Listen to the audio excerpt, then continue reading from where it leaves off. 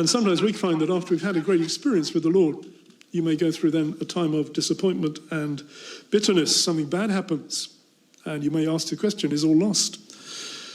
And as we look at this present situation we're in as a nation, as a world, if you like, it's pretty distressing, isn't it? And we could think, well, is this bitter experience we're going through, is this it? You know, has God abandoned us? Can we go on? Are we going to start complaining and moaning to God and saying to Tony Pearce, you've been leading us astray, we're getting nowhere, and this is all a delusion? Are we going to give in to despair at this point?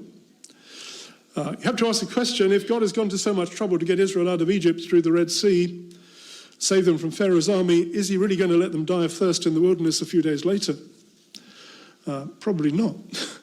And if God has gone to so much trouble to save us, he's going to do something to keep us and to save us and to meet our need as we go through the wilderness of this world and as we experience the bitter experiences which sadly do come upon all flesh, whether you're believers or not, and that we have to deal with in life.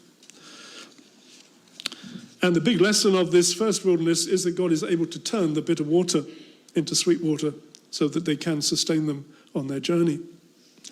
He's able to turn our bitter experiences into something sweet which can sustain us on our spiritual journey.